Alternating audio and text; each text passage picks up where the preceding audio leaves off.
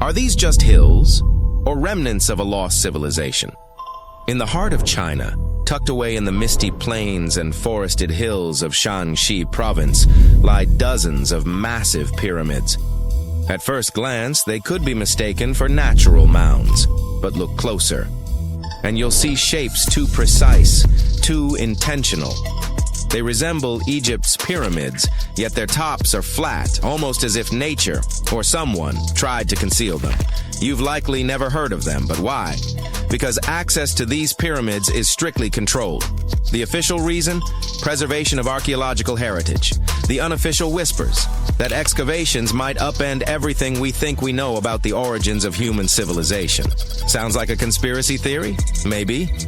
But what if behind this veil of silence lies a revelation that could rewrite history on a global scale? The greatest mystery? The elusive White Pyramid. According to accounts by U.S. pilots during World War II, it was allegedly twice the height of the Great Pyramid of Giza and 3 times as wide. But its exact location remains unknown. No satellite imagery, no official confirmation. The Chinese government remains silent. Why? Could the structure be so monumental that its existence alone threatens the conventional narrative of human history? Some independent researchers claim the Shaanxi pyramids are aligned with stunning precision to the cardinal directions. These aren't just heaps of earth, they're geometrically calibrated monuments. Even more intriguing, some are said to align with lunar standstills, rare celestial events involving the moon's extreme positions in the sky. Such astronomical knowledge would require a deep understanding of the cosmos. Did the ancient builders possess this knowledge themselves? Or were they inheritors of wisdom from an even earlier, forgotten civilization?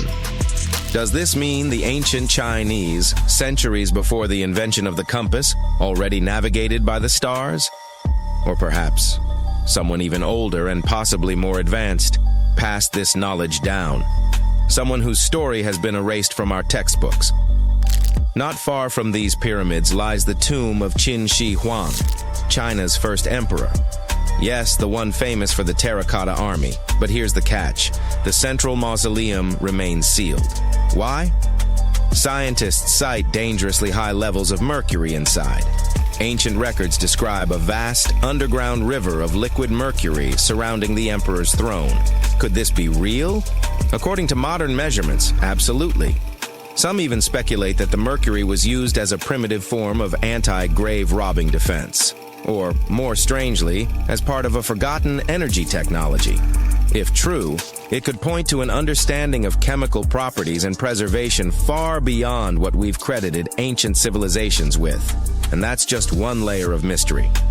In the remote Bayanhar Mountains of western China, strange ancient pipes have been discovered, burrowed deep into solid rock and draining into a nearby salt lake. The metal is partially petrified, and dating analysis suggests they are thousands of years old. Who built this pipeline? Why here, in such a desolate region? Some theorists propose a connection to underground cities, energy systems, or even lost civilizations that thrived in this region long before the rise of known dynasties. Add to this radar anomalies in the region, unusual magnetic deviations, and graves filled with artifacts of unknown origin, and you begin to sense that these are not isolated oddities. These are fragments of a much larger story. A story we've barely begun to uncover. One that we might be deliberately discouraged from exploring. The Chinese pyramids, with their impossible proportions, celestial alignments, mercury-filled tombs, and ancient engineering, paint a picture that is both haunting and irresistible. Like a riddle left behind in stone, they seem to ask us, do you truly understand your past? We like to believe we understand our past. That civilization moved in a straight line from primitive to advanced. That we are the pinnacle. But sometimes discoveries like these disturb that comforting timeline. They whisper of ruins far older than we imagined, and perhaps of a knowledge far deeper, something sacred, something buried, not just by soil and time, but by willful neglect. Are these coincidences? Or are we looking at the scattered remnants of a once great civilization that vanished beneath the sands of time, erased, forgotten, or deliberately hidden? Who built these pyramids? When? Why? Why the silence? Why the secrecy? And how many more secrets lie buried beneath our feet? Secrets we're too afraid to unearth. Perhaps the real history of the world isn't the one we were taught in school. Perhaps history isn't a straight line, but a spiral. Perhaps it's far stranger and far older than we ever dared to imagine. What if we're the amnesiacs of a once great species, trying to piece together fragments of a story written in stone and shadow? And what happens when we finally remember? Before we get into the reason why and how there are pyramids all around the world, let's talk about some of the examples. I'll start with the Pyramid of the Sun in Mexico. These folks really knew how to build a city. Their well-planned urban center spanned over 7 square miles and boasted several pyramids. But the Pyramid of the Sun is the most impressive. This giant pyramid was built way back in 100 CE and is one of the biggest structures of its kind in the whole Western Hemisphere. It's so big that it's 216 feet high above the ground. If you ever find yourself in this ancient city, you won't be able to miss the Pyramid of the Sun. It's right there on the east side of the Avenue of the Dead, the city's main north-south street. To build this incredible pyramid, around 1 million cubic yards of material were used, including a special kind of red volcanic rock called hued tezontle. Impressive, huh? We don't know too much about the people who built the Pyramid of the Sun or its purpose. But archaeologists believe there was once a temple on top of it. When explorers went below the pyramid in the 1970s, they found a bunch of cool tunnels and chambers. In 2011, they even found a secret stash of clay pots, obsidian pieces, animal bones, human figurines, and a mask. Who knows what other secrets the pyramid is hiding? If you decide to see this one, you must climb the pyramid using the 248 uneven steps on the west side. Watch your step. Sudan got some pyramids too. Nubian pyramids aren't as big as the ones in Egypt, but they still got around 200 of them. These ancient pyramids have been home to the tombs of the pharaohs of the Meroitic Kingdom for almost 1,000 years, who ruled Egypt from Nubia to the Mediterranean Sea. The pyramids at Meroe were constructed using granite and reddish sandstone. Oh, and did you know that Sudan has more ancient pyramids than Egypt? The Kushite pyramids depict the indigenous architecture and burial traditions of Nubia's Napata and Meroe kingdoms, which ancient Egypt influenced. Meroe, the burial site of over 40 queens and kings, is the most extensive Nubian pyramid site. The tomb walls depict mummified royals bedecked in jewelry, their wooden caskets containing bows, quivers of arrows, and other artifacts pointing to the Meroitic relationship and trade with Egyptian and Greek civilizations. So if you're looking for some ancient tombs to explore, you may consider skipping the crowds in Egypt and heading on down to Sudan. Let's fly to Iraq to see some more pyramids. Ziggurats have fancy receding layers and tiered temples. Instead of a smooth exterior, it has tiers like a cake. Perfect for all the important work and rituals that went on inside. You can find these towering structures scattered throughout Iraq and Iran, and they're a real testament to the power and skills of the people who built them. One of the biggest and most impressive ziggurats is the ziggurat at Ur. It's basically a giant rectangular pyramid that stands a whopping 70 to 100 feet tall, with 3 levels of terraces and a temple on top. Can you imagine how many baked bricks it took to build that thing? Try 720,000 for just the lower portion. This particular ziggurat was built for Sumerian king Ur-Nammu. Similar to other ones, this pyramid has been around for thousands of years. so it got a little rough around the edges. Thankfully, the Babylonian king Nebuchadnezzar II and some archaeologists came to the rescue in the 6th and 20th centuries respectively, and now you can find this near Talil Air Base. The ziggurat at Ur was built in 2100 BCE by King Ur-Nammu for the moon deity Nana. It was the tallest building in the city, and you could see it from miles around. It was like the medieval cathedral spire of its day. People would come here to bring their agricultural surplus and get their food allotments and seek spiritual nourishment. Sadly, the Nana temple at the top of the ziggurat didn't survive, but we do have some blue glazed bricks that may have been part of its decoration. The lower parts of the ziggurat are pretty amazing though. The architects even included holes in the temple's baked exterior to let the water evaporate from its core. Since we explored some of the pyramids on our planet, let's take a broader perspective. They can be found in many parts of the world. Egypt has over 100 pyramids, double that number in Sudan, and dozens of others are scattered in the Middle East and China. The Americas have the most pyramids in total, with more pyramids than the rest of the world combined. These pyramids are located in Mexico, Guatemala, Honduras, and El Salvador. Time to know more about the evolution of pyramids through history. The oldest pyramid is in Egypt. This pyramid was a step pyramid, which was created by placing one layer of stone on top of another. The pharaoh Sneferu is credited with creating the pyramid shape we recognize today. During his 45-year reign, he built 3 pyramids. His first 2 attempts failed, but he finally got it right with the Red Pyramid, which is considered the first true pyramid. It was Sneferu's son, Khufu, who built the Great Pyramid of Giza, which was the tallest human-made structure on Earth for almost 4,000 years. Latin American pyramids are similar to early Egyptian step pyramids, but they were built independently with no knowledge of each other. The pyramids in Sudan were built around 700 BCE and are tall but much narrower than those in Egypt. How in the world did all these civilizations build these things without even texting each other? After all, the Aztecs, Mayans, and ancient Egyptians were about as different as possible.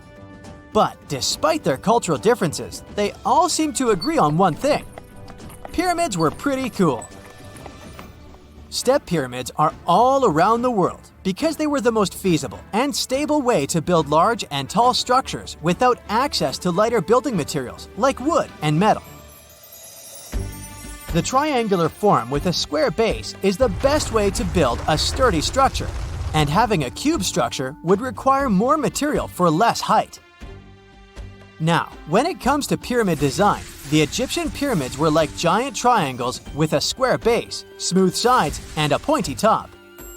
On the other hand, the Aztecs and Mayans went for a tiered cake look, with steps leading up to a flat platform on top. So, while all these pyramids share the same basic shape, they have their own unique flair. Each group built its pyramids using different materials, techniques, and slope angles. So while they may have been inspired by each other's work occasionally, they were just doing their own thing. Egyptian pyramids had smooth, angled sides that were designed to help the pharaoh's soul ascend to heaven. The Pyramid of the Sun was built over a series of caves that served as a passageway for the deities. The Maya built the temple of Kukulkan in Chichen Itza to honor the deity Kukulkan, usually represented by a serpent. Nicknamed El Castillo, it has 91 steps on each side, plus a platform. That's 365 steps, one for each day of the Mayan calendar. Tell me, Brightsiders, how were pyramids built? To begin with, humans made them, not a foreign race from space that landed on Earth. You see, one thing that all pyramids have in common is that they were built without advanced tools or even the wheel.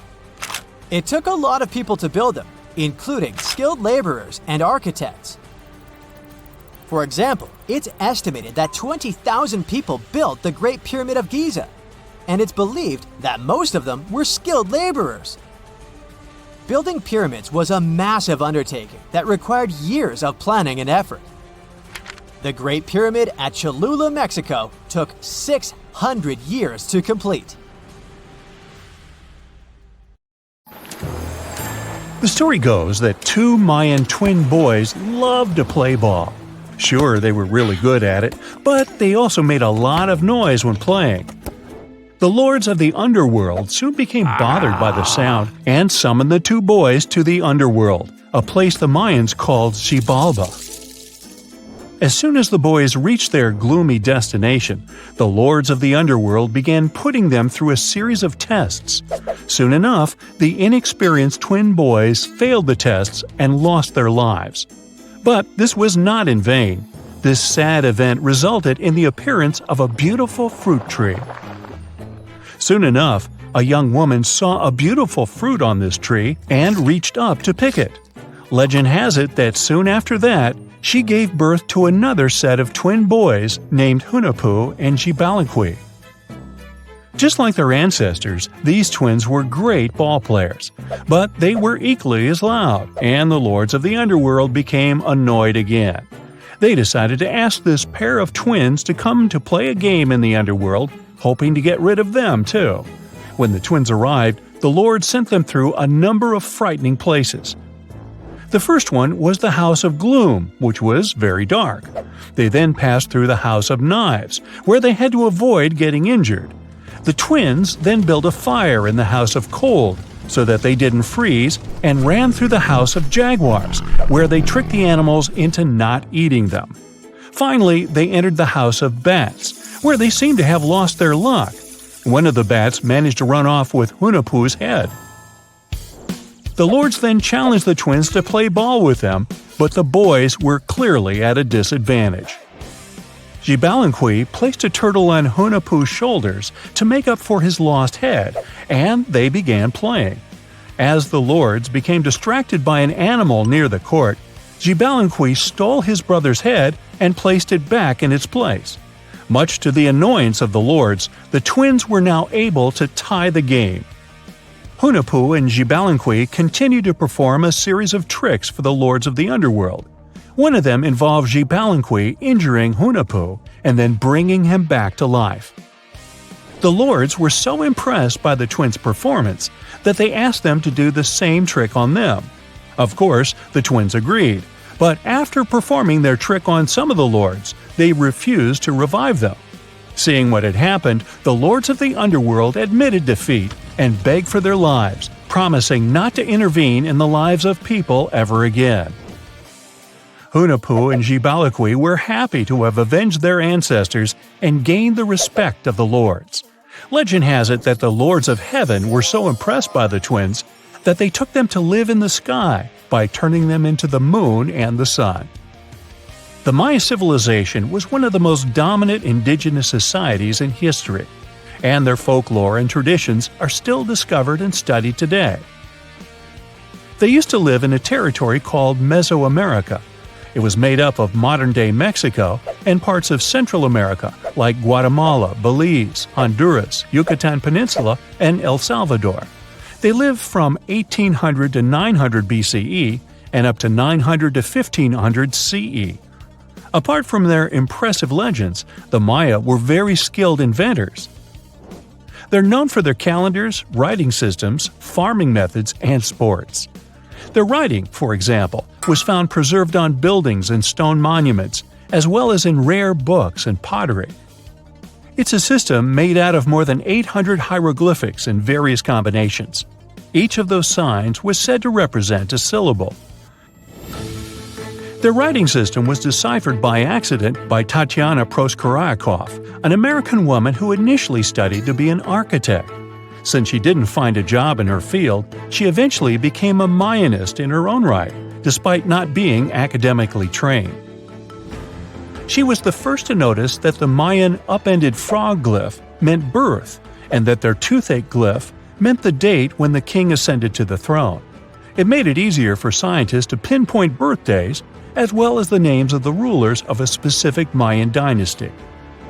They also invented the concept of zero, which is seen as one of the greatest innovations in mathematics, physics, and human history altogether.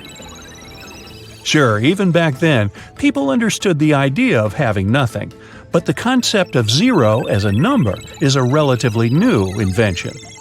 A fun fact about Mayans is that they really liked hats.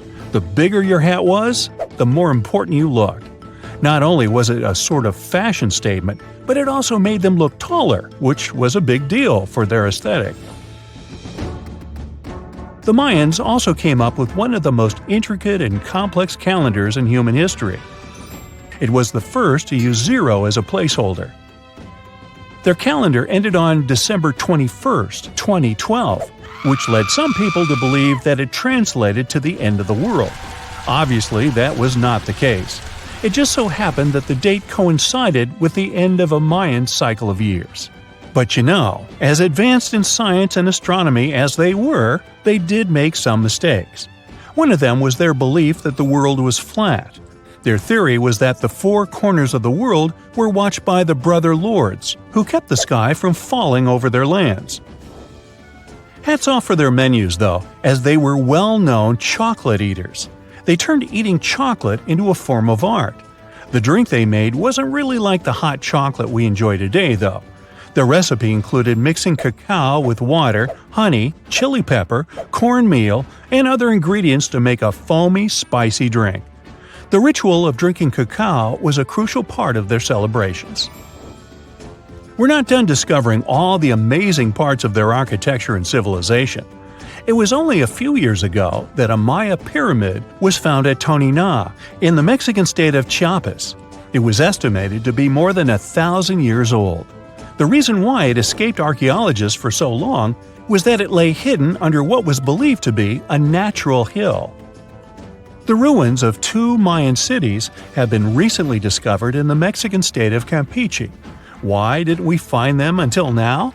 Well, they were concealed by really thick vegetation, which made it difficult for archaeologists to reach them. The Mayans didn't just disappear. Their descendants are still around today, many of them choosing to live in their ancestral homelands. You can find them in Guatemala, for example, where the Maya people make up the majority of the population. Overall, the Maya ethnic group contains people that speak different Mayan languages, such as Yucatec, Quiche, Quechua, or Mopan. They had no idea what a spa day was, but the Mayans really enjoyed a nice sweat once in a while. Sweat lodges were discovered around ancient Mayan sites. They were built out of stone or adobe.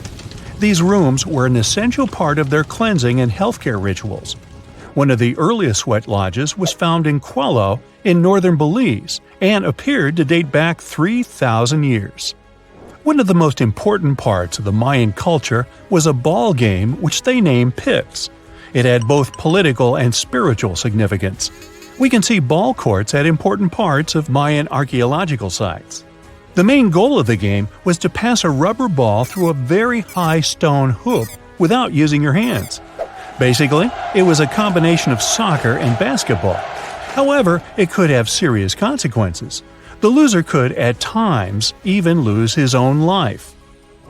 Ooh, high stakes indeed. Because of this game and the need for bouncy balls, the Mayan people were some of the first cultures to use rubber. They made it using natural latex. There were different kinds of rubber depending on what natural substances the latex was mixed with. And that, my friend, is the way the ball bounces. Sorry, but you know me, I just couldn't resist. The year is 2160. The place, the Pacific Ocean off the coast of Japan. The ocean seems calm, at least the surface does. The ocean floor is cracking right now. Boom! The earth opens up, magma shoots out. The crack in the ocean floor triggers an earthquake and a massive amount of energy shoots into the ocean. And now for gravity to get involved. It pulls the water down and makes it move faster and faster. It's a tsunami. A wave as high as a skyscraper plows toward Tokyo at 500 miles per hour. That's millions of tons of water. It would be awesome to take a picture of it, but there's no time to admire the power of nature. The tsunami's about to hit Tokyo Bay. The tsunami smashes ashore and starts attacking the largest structure on the planet, the Tokyo Pyramid Metropolis. It's 6,600 feet tall. That's 5 times the height of the Empire State Building. Imagine if the entire population of Denver, Colorado lived and worked in one building. The Tokyo Pyramid Metropolis, TPM, can handle 750,000 people at a time. Incredibly, the structure withstands the impact, and most of the tsunami's energy seems to have just disappeared. This time, engineering stands up to nature. TPM was built by the Shimizu Corporation, which was founded in 1804. The pyramid is the most stable structure around. If you don't believe me, go to Egypt and see the Great Pyramid of Giza. It's lasted 4,500 years and it's still going strong. The TPM is built on water and consists of 204 individual pyramids. They look like bunches of grapes stacked on top of each other, 8 tiers in all. Only in this case, each grape is the size of a Vegas casino. The TPM's actually hollow. That's how it defends itself against typhoons and tsunamis. It doesn't meet the wind and waves head-on, but lets all that energy just pass right through it. Robots and autonomous control systems run this place. It runs on solar, wind, and wave energy. The pyramids are connected by passages, all in all about 85 miles worth. They connect everything and are maintained by AI that always finds you the fastest way to get from Pyramid A to Pyramid B. The TPA's obviously the city of the future, but human tech isn't quite ready for it just yet. Originally, engineers decided to install the pyramid on 36 columns, all dug into the ocean bed. If you build a pyramid that size out of steel and concrete, you'd be looking at 50 million tons of load press in on itself. The TPM would have collapsed under its own weight and imploded into the ocean. They needed something 1,000 times lighter than concrete and stronger than steel. So, what's this futuristic material? Look at this old guy. It's the first car on the planet with an internal combustion engine. It hit the road in 1885. And this is the first artificial satellite that humans launched into space. It only took an evolutionary blip to go from the first horseless carriage to our first flight into space. That TPM's not looking so ridiculous. Hey, we can do anything. The solution is carbon, and it's everywhere. It's the rod in your pencil and the diamond in your crown or ring or industrial drill. But we don't just need ordinary carbon, we need graphene. It's a type of carbon we can make nanotubes out of. They're thinner than a human hair, but 400 times stronger than steel. And most importantly, they're light. Nanotubes aren't affected by chemicals, oxygen, or water. Perfect for the TPM. That's just a fancy way of saying the thing's not gonna rust. Shimizu has plans for a power station on the moon, an underwater city, transforming the Sahara Desert into a huge oasis, and much more, but they aren't the only ones changing the planet. The Netherlands is the size of 2 New Jerseys, and about 30% of it is below sea level. To protect their country from water, the Dutch built dams, lots of them. But that's just defense. In 1986, they decided to go on offense and take back some of the land from the sea. The first dam was 19 miles long. It basically turned a bay into a lake. The second dam sealed the deal. After 42 years of work, the Netherlands got itself a whole new province larger than Los Angeles. Humans have done the same thing all over the world, like in Hong Kong, the Philippines, Italy. Hey, take that, water! What about building stuff on land that's already land? Before NASA's missions to Mars, the most expensive project in history was the construction of the interstate highway system in the United States. It took about 35 years to finish. In today's money, it cost about $530 billion. All that cash bought 46,000 miles of road. That's almost 2 times around the globe. There are over 270 million vehicles in the U.S., more than Japan, Brazil, India, and Germany combined. But in terms of sheer effort, The roads of Rome were way more impressive. Over 2,000 years before the first automobile, the Romans built a huge network of roads, 50,000 miles long. They connected Ireland with Egypt and Turkey with Spain. The roads were pretty safe, and travelers could stay in hotels, dine in cafes, or mail a letter at the nearest post office. Only about 30% of the Earth's surface is land.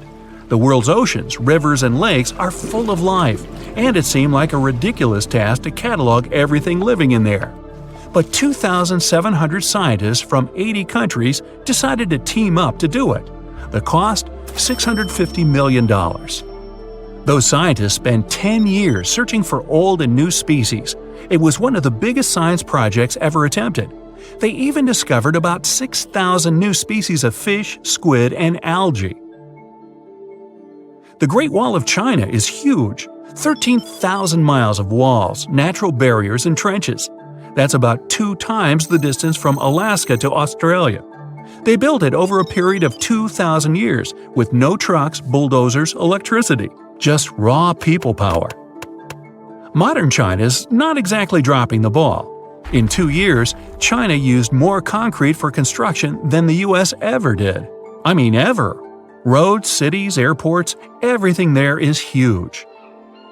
The Three Gorges Dam is definitely the new Great Wall of China. Over 7,600 feet long and 600 feet high. You're looking at 3 times more concrete and steel than the Hoover Dam. It's the largest concrete structure in the world and cost about $37 billion. More than 1 million people had to pack up and move to make way for it. Switzerland has the longest and deepest railway tunnel on the planet. Under the snowy Alps, builders dug 35 miles of tunnels. Every day, 200 freight and passenger trains pass through it. The amount of rock they took out to make the tunnel is about the same as 5 Great Pyramids. The whole thing cost about $12 billion. Egypt's one of the oldest nations on the planet, but now they're building one of the newest cities.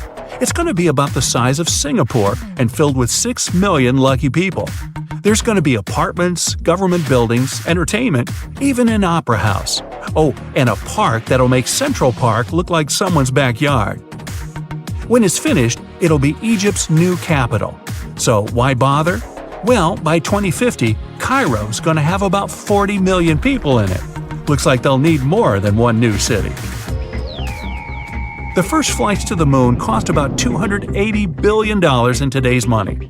But SpaceX isn't letting price get in its way. The company plans to build a colony on Mars with a population of 1 million by 2050.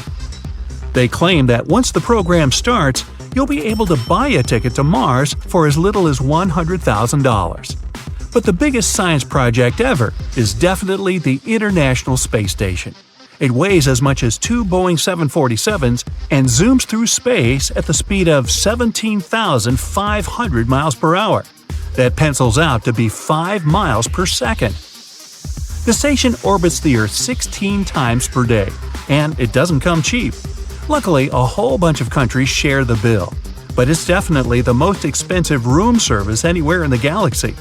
It costs $10,000 to deliver a bottle of water from Earth to the space station. Hey, at that price, I think it's important to ask, sparkling or still? There are many myths around arguably the greatest structure ever built by humans, the Great Wall of China. Some say it's so grand that it's visible from space. Others claim that you can see it from as far as the moon. Other theories suggest that the builders of the wall were left inside. Well, sorry to disappoint you, but all these impressive stories are just myths. But even with those stories busted, the Great Wall of China is an impressive and truly breathtaking structure. So let me tell you its true story. Today, China is one of the most populated countries in the world, counting as many as 1.4 billion residents. It's also one of the oldest nations in the world. It has 3,500 years of continuous written history, but the civilization existed long before that.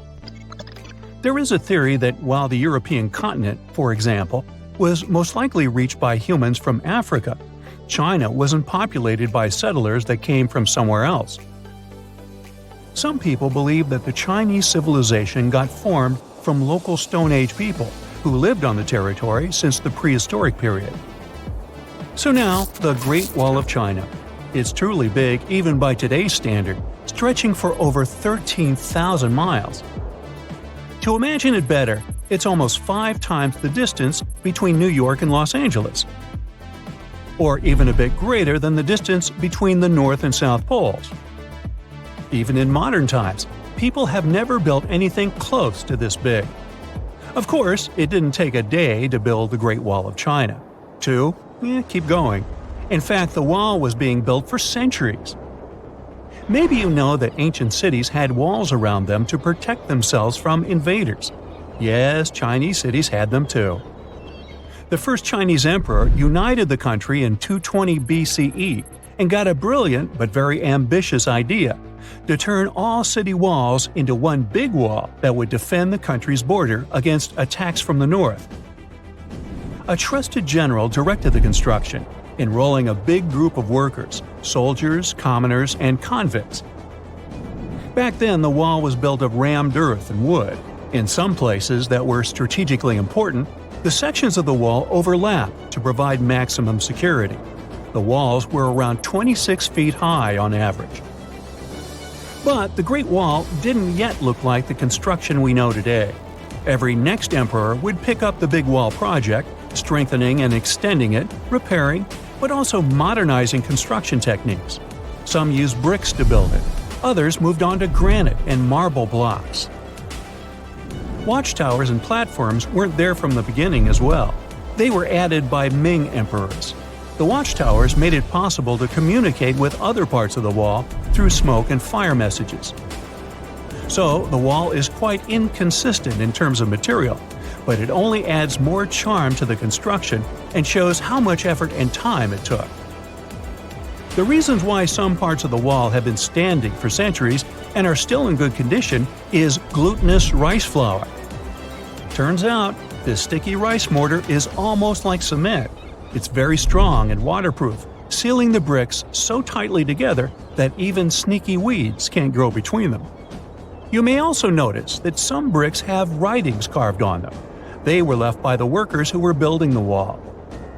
The purpose of those writings is quality assurance.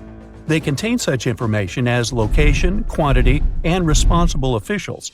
So, in the case of some problems with the quality of materials or constructions, it would be known who should be held accountable for it. Recently, a research group has looked through official historical documents of the Ming dynasty that ruled China from the 14th to the 17th centuries. They came across records of secret doors in the Great Wall, so they decided to find them. They used a flying robot to capture continuous centimeter resolution photos of the wall. They photographed 90% of the wall that was built during the Ming dynasty and discovered the remains of over 220 secret doors along the wall. Some of them have a specific width and height that allows only one person to go through. Others are large enough to allow 2 horses to pass at the same time. Why are the doors there? Well, the Great Wall's main goal was to protect the country from the enemy. Building doors that could let the enemy in would undermine the whole point of having a wall. So, of course, the doors were secret passages. They perfectly matched the surroundings topographically, and the exit on the outside was camouflaged with bricks so that it was almost completely indistinguishable from the brick wall. The wall was never just a defensive wall, and it was never completely closed. It could be opened on demand. It was also a structure used for trade and commerce, communication between inside and outside the wall, and of course, for defense and spying. Some doors were used for trade with the other side. Through smaller doors, a person would sneak out to spy on the enemy that lived on the other side. The hidden gates were also useful for a sudden attack. As you remember, some gates were camouflaged with brick on the outside. The exit was so indistinguishable that the enemy had no idea exactly where it was located. The inside entrance for Chinese soldiers was hollow, so they could walk through the wall and break the camouflaged exit gate from the inside, starting their surprise attack. Now, even though the main point was to prevent outsiders from getting into the city, the wall wasn't too effective on that matter. It could still be climbed over or marched around. So the wall was being watched at all times, and the guards gave signals to the troops if they saw the enemy approach. Also, the wall provided more time to mobilize and bulk up the country's forces or lure the enemy troops into a difficult strategic position. The construction stopped at the end of the 19th century. The wall lost its strategic and military importance due to technological advances. Over the centuries to today, only 8% of the Great Wall is in good condition, and the rest is damaged. Also, around 1/3 of the wall has disappeared without a trace, due to both natural erosion and human damage. I guess you could say it's now just a pretty good wall. As you remember, the first parts of the wall were built out of rammed earth and wood. These are not the most unfailing materials if we're talking about thousands of years. Also, destructive farming methods have turned large areas into a desert and contributed to erosion. Also, many bricks were taken away from the wall in the last century to be used in building farms and houses. The wall is being deconstructed stone by stone even today, but this time by tourists. Quite a few of them take a stone as a souvenir. That's a total of a lot of stones, considering that over 10 million tourists visit the Great Wall every year. Since 1987, the wall has been a UNESCO World Heritage Site, highlighting that it has an outstanding importance to humanity. The wall is one of China's 56 World Heritage Sites, second place among countries with landmarks protected by UNESCO. Who's first, you ask? Well, the top spot, with 58 World Heritage Sites, belongs to Italy. And do you know that the wall isn't only a famous tourist attraction, but also the location of the Great Wall Marathon? It's a marathon that was established in 1999 and is one of the most challenging ones in the world. You guessed right, people run along the wall, including all the steps. There are 3 distances, so that participants can run a full marathon that is 26 miles, a half marathon that's 13 miles, or just have a fun run of 5 miles. Listen to this. Neanderthal fiber technology. Nope, I'm not joking. The concept is real. In 2020, a team of scientists published a paper that redefined the way we saw our closest ancestors. A find in France changed archaeology forever, and it wasn't the first time something like this had happened. But let me start from the beginning. Neanderthals. For a long time, they fit the image of the typical cavemen. If you are now thinking of someone like Fred Flintstone, you wouldn't be much wrong. What was the reason behind this stereotype? When did we start believing that Neanderthals were not the brightest tools in the shed of evolution? In comes William King, a 19th century British geologist. He was the man who named the Neanderthals. Based on the bones King found, the scientist declared the species not intelligent, and this image stuck with the Neanderthals for centuries to come. But a piece of string, just 1/4 of an inch long, changed everything. A small, dry river valley, Abri du Maras, was the place of the great find. Archaeologists unearthed a cord fragment next to a stone tool. Such twisted fibers could have been used for everything from making clothes to fishing nets. In prehistory, this was some advanced tech, and the Neanderthals seemed to have mastered it. Scientists already knew that these early humans made tar from birch bark, and that they produced shell beads. There's even evidence of Neanderthal art. They were definitely not primitive. The string section and similar finds are changing the way we perceive our ancestors. The world of archaeology is constantly changing. Take the pyramids in Egypt, for example. Turns out, they weren't really built by an army of people who the pharaoh made work until they passed out. Herodotus, the famous Greek historian, was the man who started the confusion. He claimed, in 500 BCE, that 100,000 men took part in the construction of the Great Pyramid in Giza. He made no mention of who they were and why they were building the pyramids. That's how the myth started.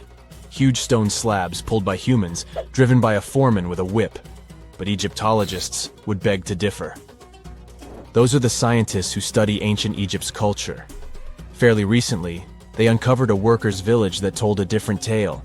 Yes, there was evidence of hard work on the workers' bones, but the construction industry is demanding even today.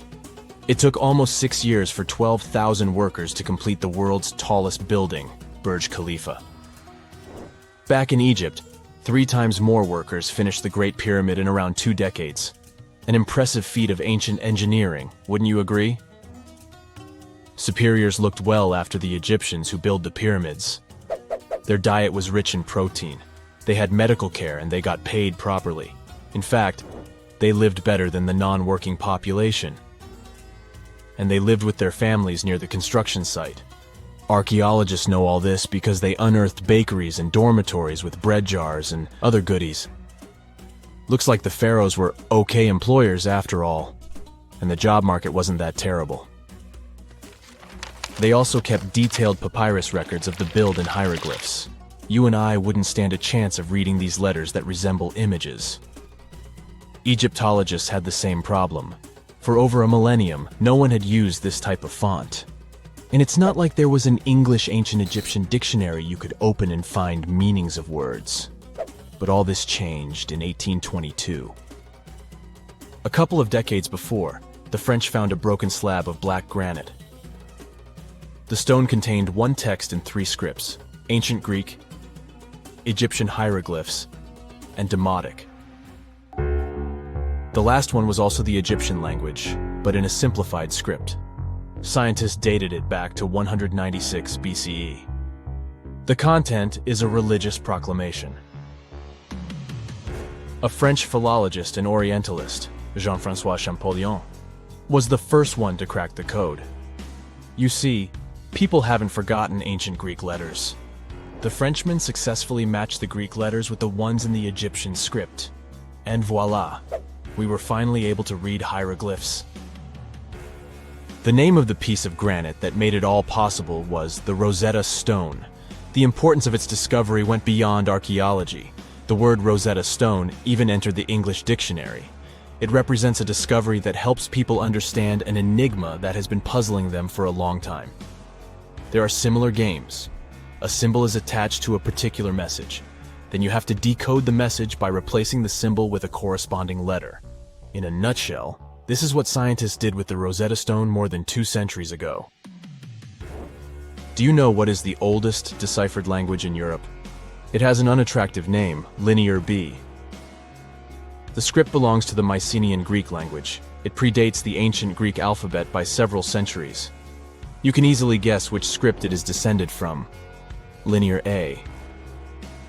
The people from Crete used Linear B more than 1,000 years ago. During the late Bronze Age, the Greek civilization that used the script vanished. There was no one who could read Linear B, and more importantly, no one knew it existed in the first place. This was about to change during the first years of the 20th century. A British archaeologist by the name of Sir Arthur Evans excavated a vast palace complex at Knossos, Crete, Greece. This was the center of the Minoan culture that created the enigmatic script. The palace boasted some 1,300 rooms. They had colorful paintings of dolphins, griffins, and bulls. All of these captivated the archaeologists' imagination. But their biggest find was at first overlooked: thousands of slabs of baked clay. The fire that brought down the palace helped preserve the tablets. It was impossible to read the slabs, though. They were written in an unknown language. The scientific community had to wait for another half a century before Michael Ventris cracked the code. He was an English architect and cryptographer. Ventris studied Greek and Latin. While attending the famous archaeologist's lecture, the young man decided to solve the puzzle of Linear B once and for all. He managed to do so in 1952. One of Ventris's most amazing discoveries was that the script was an archaic form of Greek. But cryptology still hasn't solved the code of Linear A. This writing system will remain a mystery until a motivated young person like Michael Ventris comes along. They wouldn't have to be a professional archaeologist. Basil Brown certainly wasn't. Yet in 1939 he discovered the richest early medieval tomb in Europe. This happened in Sutton Hoo in the southeast of England. This wasn't an ordinary tomb made out of stone. It was a full-size ship, 3 times as long as a London double-decker bus. And that's not all. Apart from its main purpose, the ship was full of riches. Deluxe hanging bowls, feasting vessels, gold and dress accessories, and luxurious textiles were just some of the treasures found. Archaeologists were also amazed by the silverware from distant Byzantium. You probably know this city as Istanbul, Turkey. Even in our age, it's several days' drive from Sutton Hoo. Just imagine how much time and money it cost to import a silver plate in the 7th century. That's when the ship went down, according to archaeologists. The English couldn't have done it. At that time, there was no England. The people living in the British Isles at the time were the Anglo-Saxons. Perhaps the ship from the grassy mounds in Suffolk belonged to one of their kings? We will never know. The local acidic soil did away with any possible evidence, or no one laid there in the first place. It could have been a cenotaph, which is a monument constructed to honor an important person. The archaeologists still don't have a definite answer. But what they have found at Sutton Hoo shed light on the Dark Ages. Before the discovery of the ship, they knew little about what had been going on in Britain after the Romans left. Now, the image of the early Anglo-Saxon society was much clearer. Perhaps the English soil will be the site of the next great breakthrough in archaeology. If someone finally invents time travel and you hop on a trip to the past, you won't recognize many of the things you know and love today. The Statue of Liberty and the Egyptian pyramids, some basic gadgets like the remote control and your laptop, and even the corn you have for lunch have all changed beyond recognition. When the pyramids were originally built in ancient Egypt and Giza and other places, they didn't look sandy brown at all. All of them were covered with white limestone. If you had seen them under the hot African sun, you'd have to look away. That's how smooth and shiny they were. Builders used around 6 million tons of this material for the Great Pyramid of Giza alone. It's the largest one you can still see on your trip to Egypt.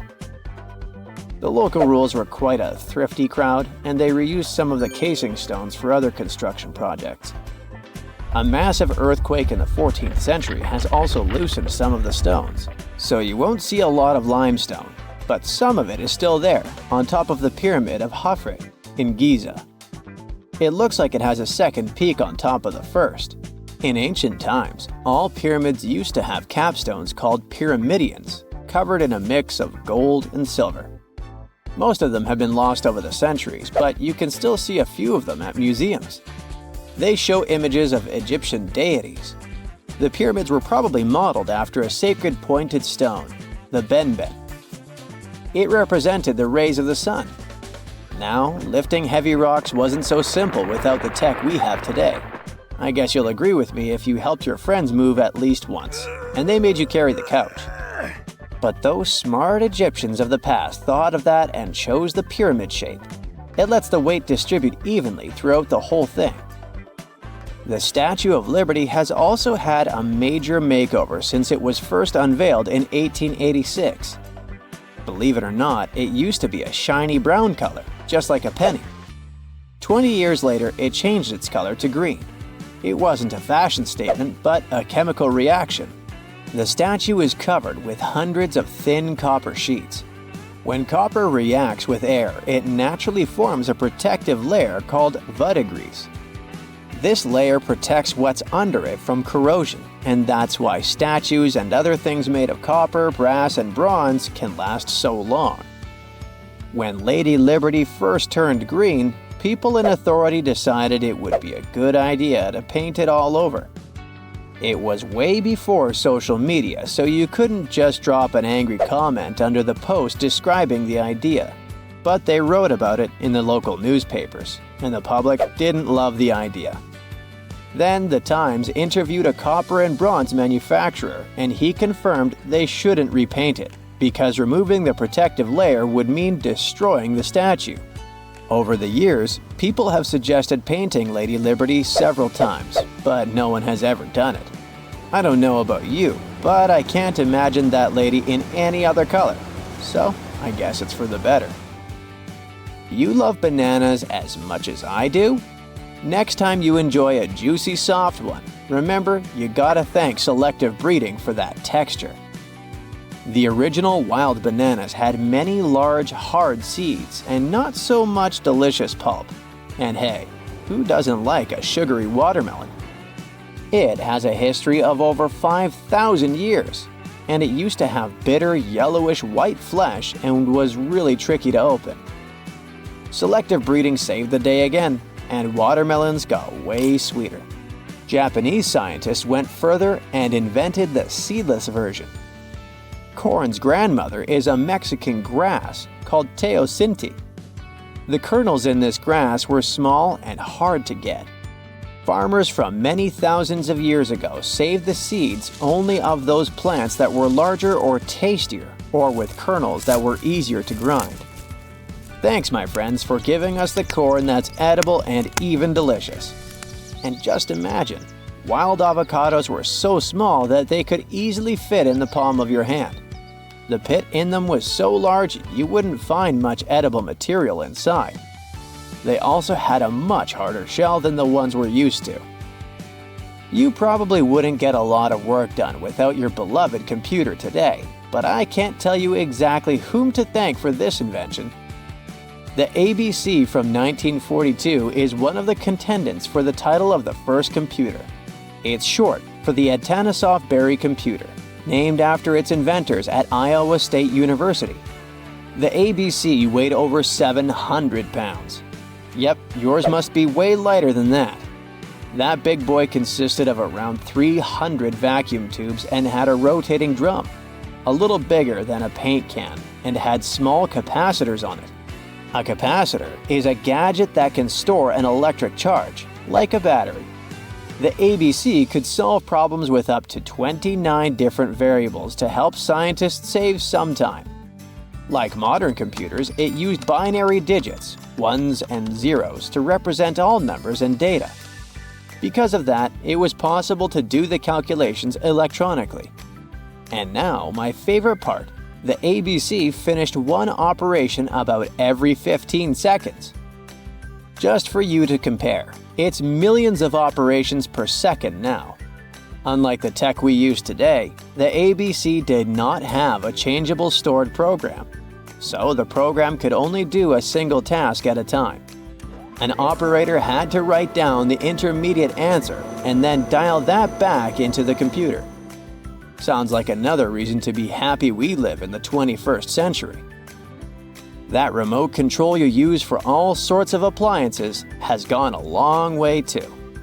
Nikola Tesla, who gave us alternating current, designed one of the first wireless remote controls back in 1898. He named his invention teleautomation and demonstrated it on a miniature boat controlled by radio waves. The boat had a little metal antenna attached to it. Tesla sent signals to the boat using a box with a lever and a telegraph key, which was his version of a remote control.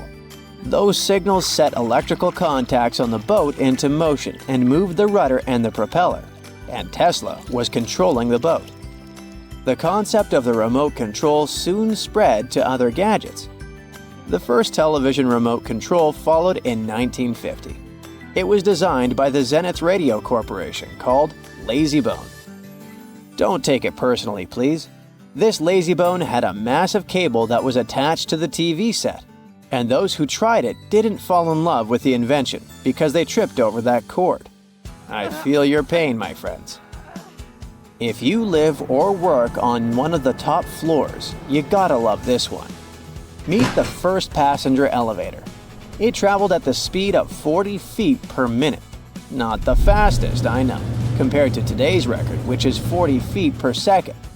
But hey, it was built back in 1857 in New York and was more of a tourist attraction than a necessity. The elevator had a steam engine hidden in the basement of a 5-story building. 3 years later, they shut it down because the public didn't appreciate it. Otis Tufts filed the first patent for a vertical railway around the same time. His invention included an actual car with a bench inside for people to sit on. Sounds like a great spot to hang out with friends to me. What do you say? Then they started adding elevators to luxurious hotels around the world. They were entire rooms with a rich design, upholstered seats and mirrors on the walls, and sometimes even a small chandelier. There was an obligatory operator who'd close the door and the car would start its super slow ascent. It was still more about style than about speed, so I guess I'd choose the stairs. We know that the ancient Egyptians were talented enough to build something as grand as the pyramids, but were they also smart enough to measure the speed of light? There's a theory circulating online that says exactly that. If you look at these two numbers, you'll see that they match completely. The first one is the speed of light in a vacuum measured in meters, and the second one is the latitude of the Great Pyramid of Giza. So, was it done on purpose, or is it just a coincidence? Well, happily, we can tell you that it's actually just a coincidence, not another conspiracy thingy. The Great Pyramid is just one of the many places in the world that share the same latitude. And more importantly, even if the ancient Egyptians had somehow measured the speed of light and chosen to keep it a secret from the rest of the world, they wouldn't have used meters to put it down. Meters were only defined at the end of the 18th century. The builders of the pyramids used a different unit of measure called cubits. 1 cubit is equal to 1.5 feet. Cubit was based on the length of the arm from the elbow to the tip of the middle finger, and it became popular in the ancient world. So if they wanted to impress the rest of the world and set the pyramids at a point that matched the speed of light in cubits, they would have to build their iconic constructions somewhere in Europe. And then the Danish astronomer who first measured the speed of light in 1676 would have been really upset to know that someone had done it centuries before him. So, although they were ahead of their time in many aspects, the ancient Egyptians never measured the speed of light or used longitude and latitude to map their locations. The base of the Great Pyramid of Giza might seem like a perfect square, but it's actually an 8-sided structure, not 4-sided. Each of its 4 sides has a subtle concave indentation that splits it evenly from base to tip. The official version is that a British pilot was the first to notice it in 1940 while flying over the pyramid. He took a photograph that showed shadows highlighting these indentations. Some people think these lines are only visible from above and can best be seen at dawn and dusk during the spring and autumn equinoxes. This has led to a freaky theory that the ancient Egyptians might have designed the pyramids to communicate with something looking at them from above. Now, the Great Pyramid is one of only 3 pyramids that used to have a swivel door.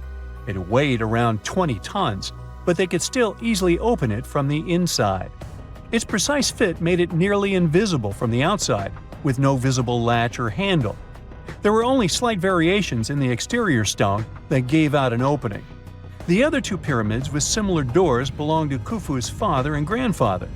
The Great Pyramid also has a hidden void at least 100 feet long that was only found in 2017. We still don't know what lies within the space, what purpose it served, or if it is the only space of its kind. Researchers used the same tech to see through cathedral walls, Mayan pyramids, and even volcanoes. It depends on a natural shower of subatomic particles called muons. They pass more easily through empty space than through solid materials. So if they arrange multiple muon detectors around a structure, scientists can map out its solid and empty areas. A team of scientists placed muon detectors inside the Great Pyramid and allowed them to gather data for months. Scientists have analyzed samples of the mortar used to build the pyramids many times. Although we know its composition, modern technology still can't replicate it. The mortar is mostly made from processed gypsum, but it wasn't used like the cement we use for bricks today. Instead, they used it to support the joints between the massive stones as they were set in place. The estimated amount they needed to construct the Great Pyramid was around 500,000 tons of mortar. The gypsum mortar is stronger than the stones themselves and has held up for thousands of years. Now, all 4 sides of the Great Pyramid are aligned with the cardinal points – north, south, east, and west. According to geologist and engineer Glenn Dash, the alignment is accurate to within 4 minutes of arc, or 1/15th of a degree. The architects managed to achieve this without modern tools like drones, blueprints, or computers. Many researchers tried to explain this construction miracle. Maybe they used the pole star or the sun's shadow. Dash recently proposed a new, simpler idea. The Egyptians might have used the autumnal equinox to align the pyramids. It happens twice a year when the Earth's equator passes through the center of the sun's disk, making day and night nearly equal in length. To test his theory, Dash conducted an experiment on the 22nd of September 2016, the first day of the fall equinox. He used a special rod the Egyptians had to cast a shadow and tracked its tip at regular intervals, forming a smooth curve. By connecting 2 points of the curve with a taut string, he created an almost perfect east-west line. Dash noted that on the equinox, the shadow's tip runs in a straight line, nearly perfectly east-west, and with a slight counterclockwise error. There's a similar error in the pyramids. Although his experiment was conducted in Connecticut, Dash believes that the same method would work in Egypt. All the ancient Egyptians needed was a clear, sunny day. They could determine the fall equinox by counting 91 days from the summer solstice. But they left us few clues, and no engineering documents or architectural plans have been found that explain their methods. So they might have mapped shadows, but it's not definite. Now, scientists have long wondered how heavy stone blocks were carried to the pyramid sites, and they might finally have an answer. A research team from the University of North Carolina, Wilmington, has discovered that 31 pyramids are likely to have been built along a long-lost ancient branch of the River Nile. It's now hidden under desert and farmland. For many years, archaeologists have thought that ancient Egyptians must have used a nearby waterway to transport materials, equipment, people, and whatever else they needed to build the pyramids on the river. But up until now, they weren't certain of the location, shape, size, or proximity of this waterway to the site of the pyramids. The group of researchers used radar satellite imagery, historical maps, geophysical surveys, and sediment coring to map the river branch. They believe it was buried by a major drought and sandstorms thousands of years ago. The team managed to go below the sand surface and get images of some hidden features thanks to radar technology.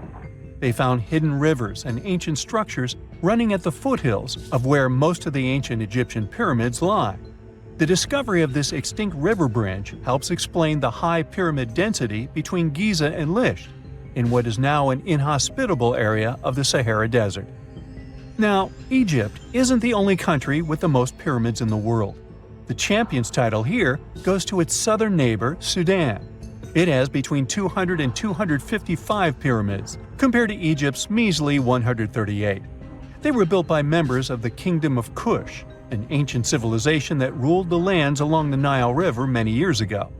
They started erecting pyramids around 500 years after the Egyptians had stopped doing it. Their pyramids are much smaller than the Egyptian ones, but were built for the same purposes.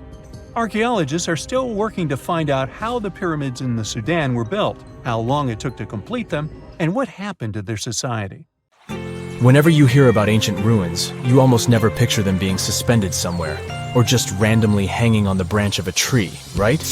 In fact, for most of the ancient artifacts we have exposed in museums all over the world, archaeologists did quite an impressive amount of digging. You see, buildings have this funny way of fading away over time if not properly taken care of. Sometimes we need to reuse some building materials, so an older construction may be sacrificed in the process. Other times houses are abandoned, and once they are exposed to the elements on the surface, like rain or sunlight, they don't really stand a chance.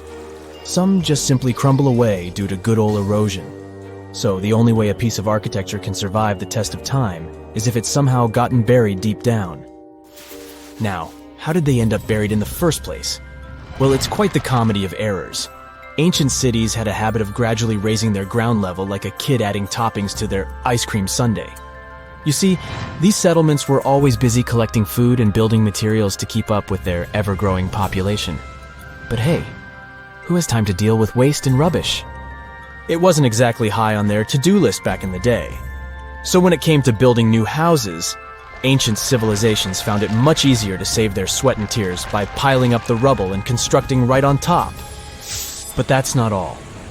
Rivers would also occasionally flood and deposit a layer of sediment on the city floors, further encapsulating those ancient constructions. And in those dry regions like the desert, where the wind likes to show off its sand and dust dance moves. You can bet it was a constant struggle to keep the establishments clean. One hilarious example is the Sphinx, which had its head buried in sand until a group of archaeologists unearthed it in 1817. Some ancient towns eventually got covered up because they were completely abandoned. With less human activity to control their expansion, plant seeds couldn't resist the opportunity and sprouted all over the place. They gobbled up carbon dioxide from the air and grew, adding more and more bulk to the ground. Those cheeky roots even decided to stabilize the soil made from decaying plant matter, creating layers upon layers of earthy goodness. It's like the ultimate DIY project Mother Nature embarked on, with plants as her loyal helpers. The act of digging into the secrets of ancient civilizations is not just about unearthing a lost world. It's also an epic quest to reveal the hidden treasures beneath layers of history. But how do archaeologists know where to dig in the first place? If everything is covered in layers upon layers of sediments, debris, and plant roots, they must have some sort of system they rely on before embarking on a new project, right? For starters, they're not always the ones suggesting an archaeological dig in a certain location. Let me explain. Let's say you're a contractor and you want to build a new fancy apartment complex in your city. Some local legislations have certain requirements before your project can start, though. For instance, before anyone starts building on a piece of land, they might need to bring in specialists to check the soil. These clever folks can be archaeologists, geologists, or paleontologists, and they need to keep an eye on things during development. If any artifacts or ecofacts, fancy word for organic remnants, are discovered, these experts swoop in to excavate and study them. But what about sites that have nothing to do with bulldozers and yellow hats? Archaeologists have more than one trick up their sleeves when it comes to locating ancient hotspots. They dive deep into historic records with a healthy dose of detective work. By sniffing out old documents and maps, they can piece together the puzzle of human activity in a specific area. If a site has been visited before, it's even better. Finding records of past excavations or historical accounts can give archaeologists lots of information on where to continue their treasure hunt. Before archaeologists start swinging their shovels, they engage in a bit of a visual scan mission. Armed with a grid system, they'll stroll around the site, keeping their eyes peeled for any artifacts that might be hiding just beneath the Earth's upper layer. From groundstone tools to historic glass and even ancient garbage dumps, yes, they're all so valuable. These keen-eyed explorers can spot signs of human activity faster than most people. If they stumble upon midden soil, fancy term for a garbage dump, they know for sure that humans once called this place home. Archaeologists don't just rely on their trusty shovels, though. They have an arsenal of gadgets to aid in their search for hidden wonders. Geophysical tools are like their secret weapons. Take the resistivity meter, for example. This clever contraption measures the electrical component of the soil and any buried features or artifacts. A buried wall, for instance, will create a different resistivity reading than the surrounding soil. Magnetometers and ground-penetrating radar work in similar ways, showcasing potential hints of ancient treasures in the soil.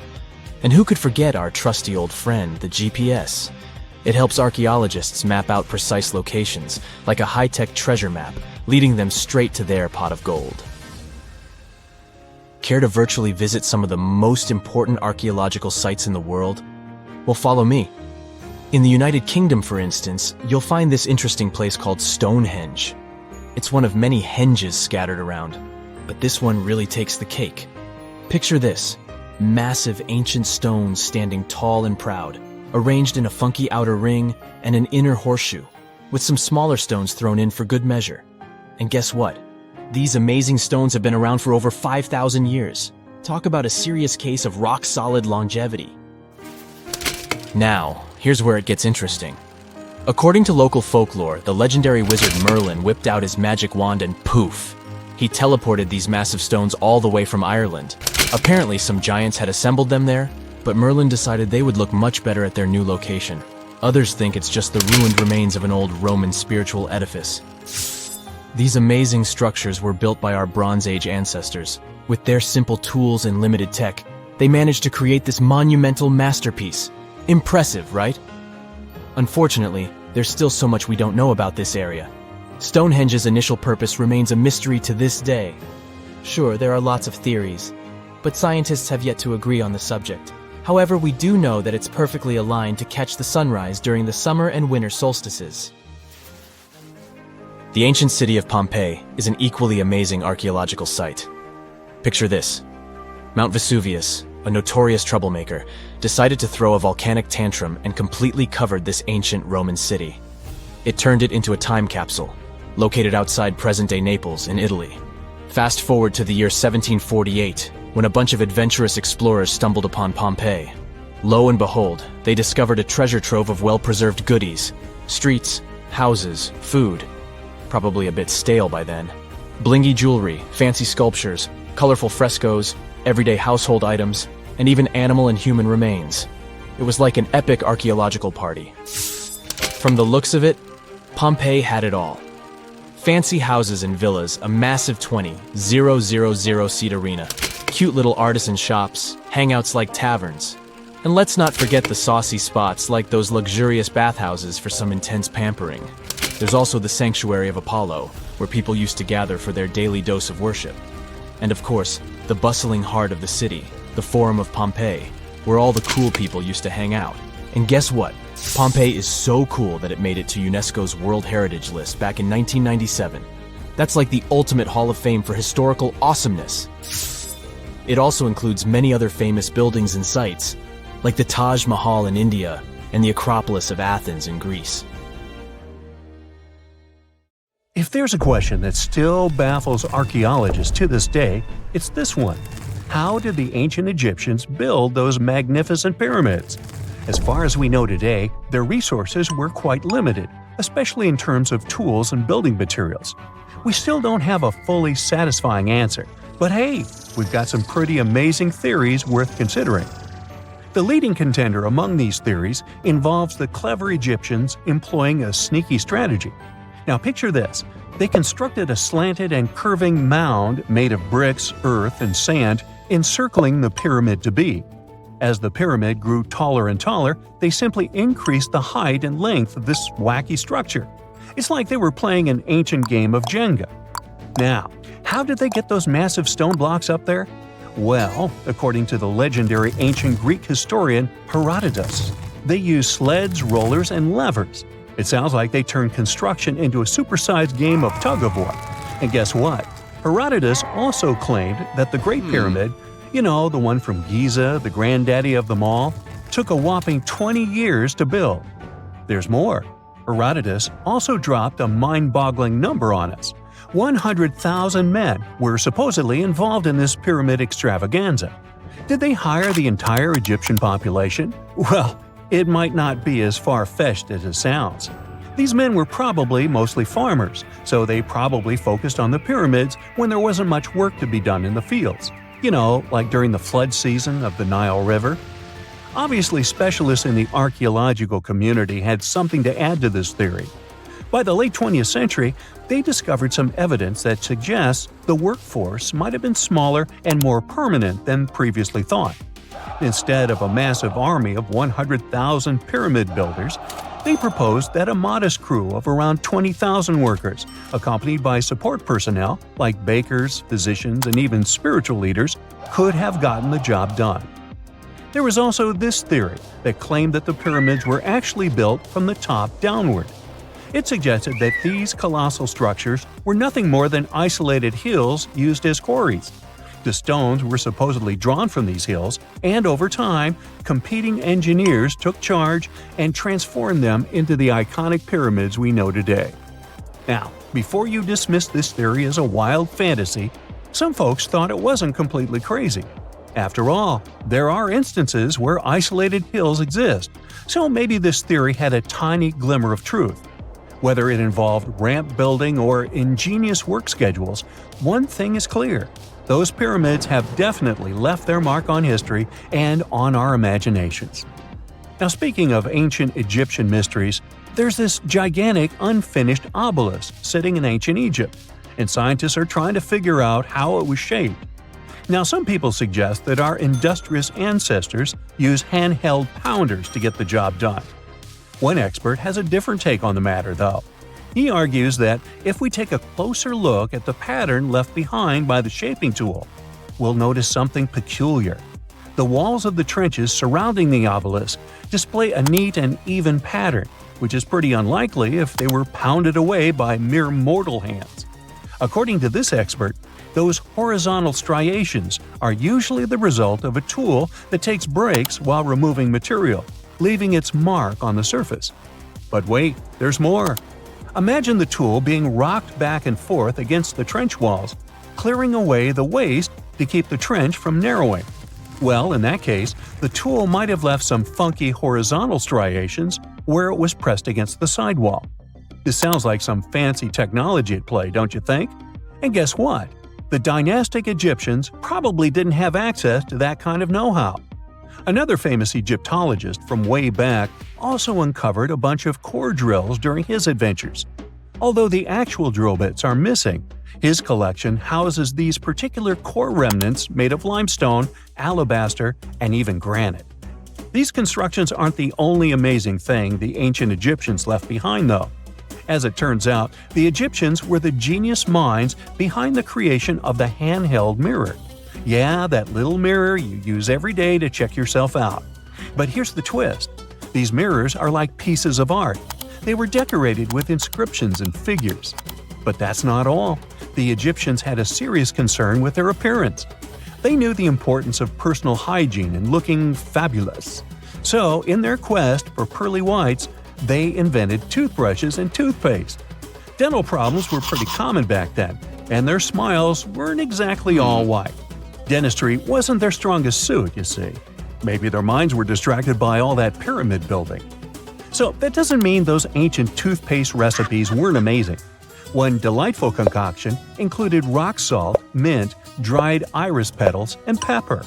Some brave dentists in the 21st century tried it out, and it worked pretty well.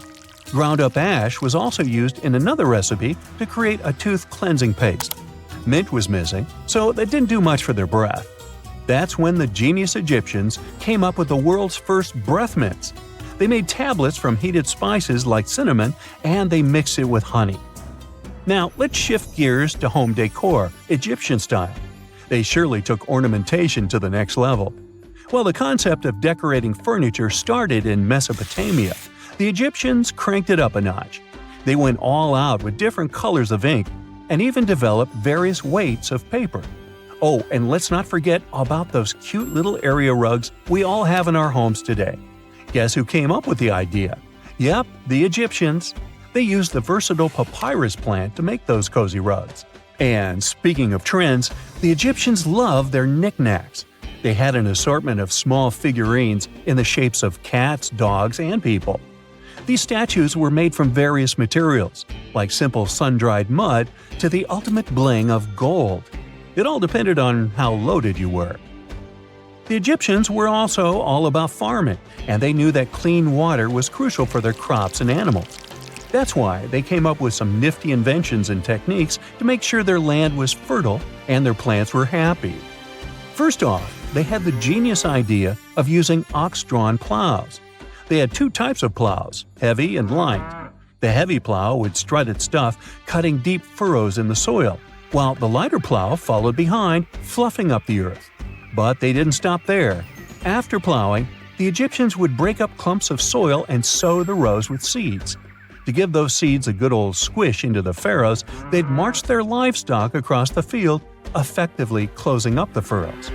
But hey, all that hard work would be pointless if their seeds were as dry as the Sahara.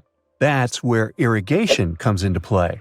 The Egyptians were so good at it that other cultures, like the Greeks and Romans, couldn't help but copy their techniques. Now let's switch gears and talk about the marvelous architecture of ancient Egypt. These folks weren't just skilled farmers, they were also architectural maestros. They built these fancy canals to carry water to farms and villages, and boy, did they know how to make those canals look pretty. Just imagine strolling along a canal lined with ornate structures. The pharaoh Ramesses the Great was quite the overachiever when it came to construction. One of his mind-blowing creations was the construction located at Abu Simbel. This building was designed so that twice a year, the sun would shine directly into it and illuminate the statues of Ramesses. And let's not forget about the corbelled arch. Without this architectural gem, we'd be missing out on some mind-boggling structures like the Great Pyramid. The Egyptians knew how to make things stand tall and proud, thanks to their engineering and construction wizardry. They built grand halls and inner sanctums that make your jaw drop, and some of these temples doubled as astronomical observatories. And now we're off to almost 5,000 years ago. Let me take you to ancient Egypt, where back in 2550 BC, guess what? The construction of the Great Pyramids of Giza started. People learned to build cathedrals and skyscrapers, but it wasn't until recently that these massive buildings appeared. It's still a mystery to even modern scientists how these pyramids were built 5,000 years ago. No wonder they are one of the 7 wonders of the ancient world. They're also the oldest of them and the only wonder of the ancient world that still exists in the 21st century. It must have taken a lot of cooperation to build a thing that massive, even for today's metrics. But the Giza pyramids weren't the first pyramids ever.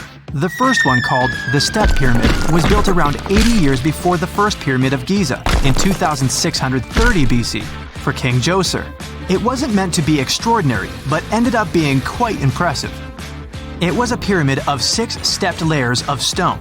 It was 204 feet high, which is as tall as a 19-story building. And it was the tallest building that existed at that time. It wasn't just a pyramid though, it was surrounded by a whole complex of buildings, including even courtyards. In ancient Egypt, people believed in the afterlife, so everyone, especially kings, wanted to make sure they had everything they needed to get ready for it. Here's why the pyramid complex was perfectly supplied with a lot of objects people used every day. The complex included a pyramid and a kind of a palace. Those buildings had many things the king loved and might need one day, like furniture, food, and gold vessels. After Djoser, building pyramids became common practice, but many pyramids weren't finished. It would usually take about 20 years to build one, but many rulers reigned way less than that. Overall, there are more than 100 pyramids. The most famous pyramids are the Great Pyramids of Giza. The first one and the biggest one was built for Pharaoh Khufu, around 2550 BC. Initially, it was 481 feet tall, which is as tall as a 40-story building. The second pyramid was built for Khufu's son, Pharaoh Khafre, around 2520 BC. It's just a bit shorter, usually standing at 471 feet high, a 39-story building. This is the pyramid with the famous statue of the Sphinx. Sphinxes have a lion's body and a human head. They were built to guard important areas. This one has the head of Pharaoh Khafre and is guarding his pyramid, facing the sunrise. The Sphinx is most well known and is one of the world's biggest and oldest statues. Originally, it had red color and did have a nose.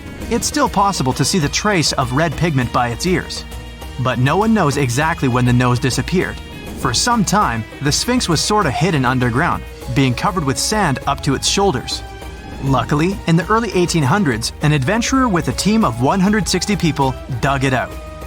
The third pyramid of Giza is the smallest one, being more than twice shorter.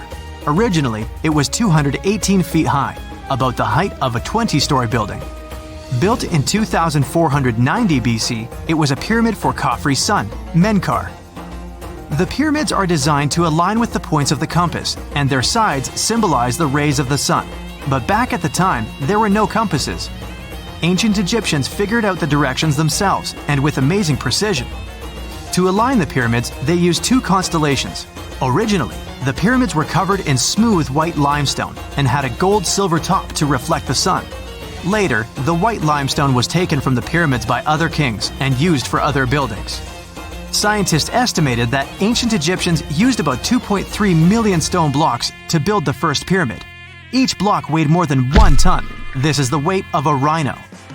Some blocks were even bigger, being almost as heavy as an elephant. 4.5 millennia ago, there was no modern equipment to help build it.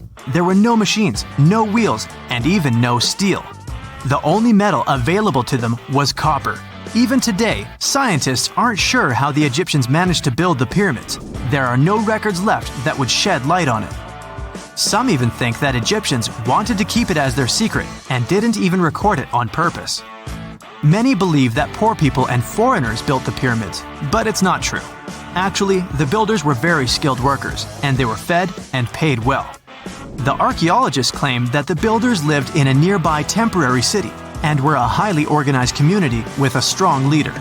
Scientists say that around 20,000 people worked on each pyramid complex, and it took about 20 years to build each. It probably was a national project. The construction site was large in resources, and food and essentials were likely to be contributed from all parts of Egypt. Even with all that support, it remains unclear how people managed to cut, transport, and assemble those huge stones. One of the theories suggests the stones were most likely transported on boats down the Nile River. Then, there was a harder part. They had to be moved to the construction site. For that, they probably used wooden sleds. It wasn't very hard to pull them because the sand mixed with the right amount of water was pretty slick. And 10 people could move a sled even with a rock weighing 1 ton pretty easily. Finally, one last problem. The stones had to be lifted and put into place. Archaeologists have discovered the remains of the ramps system that dates back to when the pyramids were built. Most likely, the Egyptians designed a unique system to move and pull huge stone blocks, but no one knows what it looked like exactly. The most common opinion is that there were several ramps around the pyramid to help move the blocks. The ramp was growing with the pyramid getting higher. They suppose people were walking up the stairs, pulling the stone on the wooden sled up in the middle on the sandy ramp. But this is just one of the options. Others say that the ramps were going around the pyramid. Some say the ramps were inside the pyramid. But we'll never know for sure, and it'll forever remain a mystery, just like the ancient Egyptians wanted. Surprisingly, there's not much inside the pyramids. Most of it is just solid stone with very little open space. But let's take a quick look inside the biggest of the pyramids of Giza.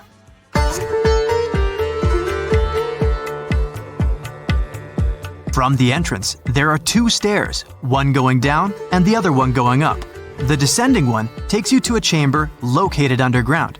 That's where the pharaohs are, but not in this pyramid because Khufu wanted to stay higher. The underground room is partly unfinished. The room with Khufu's sarcophagus is called the King's Chamber. It's upstairs and then through the tall and long Grand Gallery. Below the King's Chamber, there's a room called the Queen's Chamber. There are no queens though, and no one is sure why the room is called this. Unfortunately, none of these have any hieroglyphs on the wall. They're just bare. If you want to see them, you should go to the other rooms that are decorated. Those pieces of art are depictions of ancient Egypt's culture and daily life. The texts allow researchers to study their language and grammar. Sadly, the treasures that once were here in the pyramid are long stolen.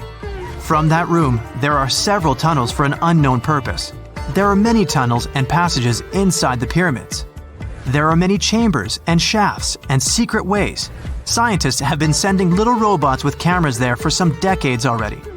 And the robots did discover another chamber a bit upstairs with hieroglyphs on the walls. But even today, much of the pyramids is still unknown, and there's no so-called building plan of the pyramids. Egyptians did create a mystery no one can crack for 4,500 years already. Scientists recently started to X-ray the pyramid to learn what's inside it without entering it and its narrow, mysterious tunnels. There are mysterious plasma bubbles floating around the pyramids of Giza. As bizarre as that might sound, let's get one thing clear right off the bat. There's nothing extraterrestrial going on here. Plasma bubbles are those weather anomalies that form in a layer of Earth's atmosphere called the ionosphere. This is an invisible layer surrounding our planet that stretches roughly from 50 to 400 miles above Earth's surface, right at the edge of space.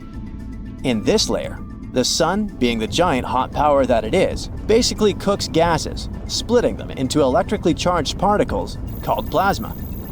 Here's where it gets interesting. At night, especially near the equator, these charged particles get disturbed, and when a bunch of them suddenly vanish at the same time, it forms what we call a plasma bubble. Imagine it like a big empty pocket where the plasma is missing or its quantity is lowered. But it's only considered a plasma bubble if this phenomenon occurs on a large scale, typically around 62 miles in size.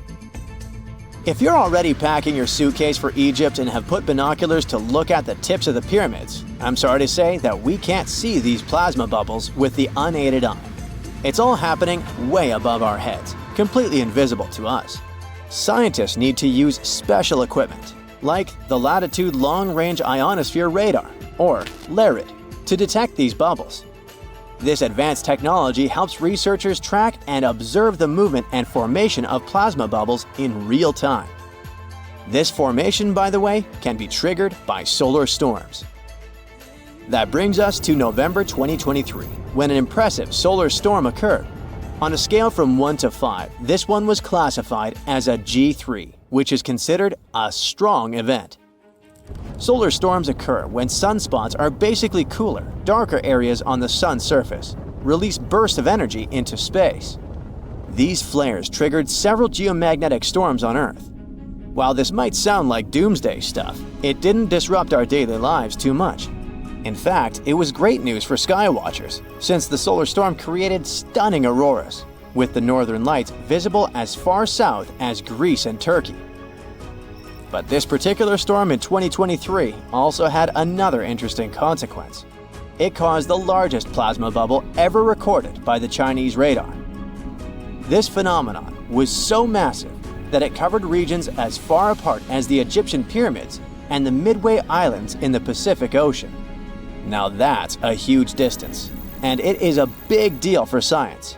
And that's because plasma bubbles are a growing threat to modern technology. Experts say they can disrupt satellite communications and GPS systems.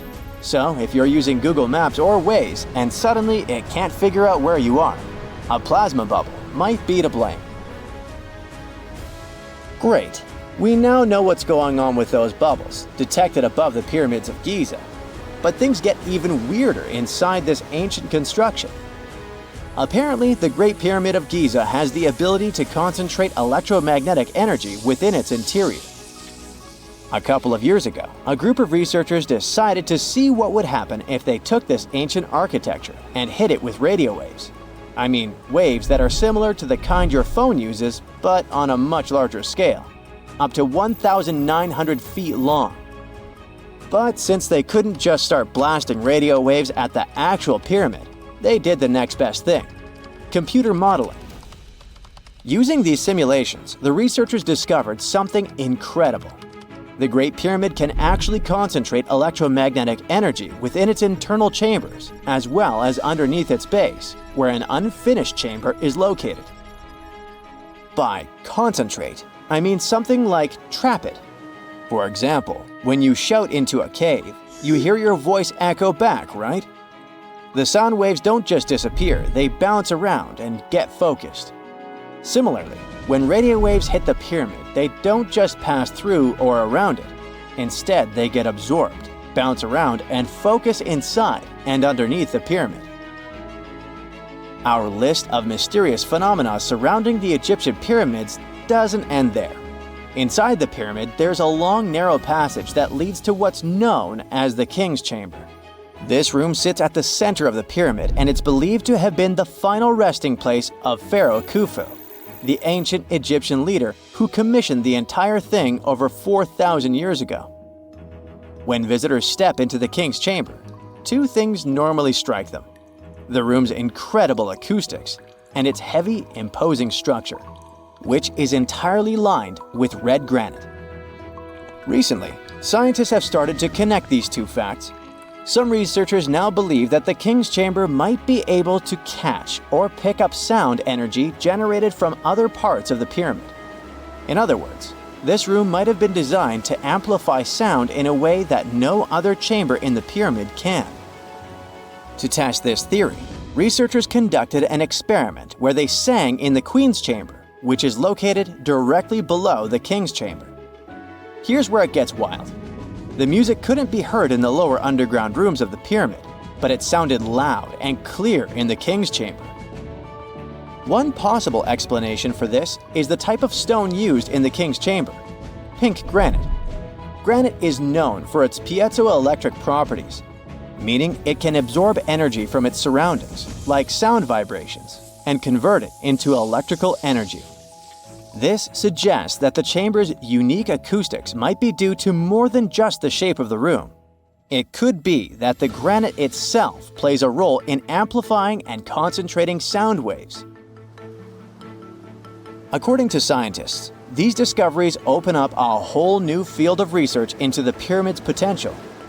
Could the ancient pyramids have somehow harnessed the energy created by sound waves, or even Earth's natural vibrations? It might sound far-fetched, but considering the granite's piezoelectric properties are well documented in modern science, it's not entirely impossible. Who knows? Maybe we've only just scratched the surface of what the pyramids were truly capable of. Speaking of just scratching the surface, there's even more to think about, like how the pyramids ended up in such a perfect location. It seems the builders lined up the Great Pyramid with the cardinal points, meaning its sides are almost perfectly aligned with the four main directions: north, south, east, and west. There are many theories about how they did it, but one study suggests that Egyptians might have used the fall equinox to achieve this perfect alignment. During the equinox, the sun rises and sets directly in the east and west.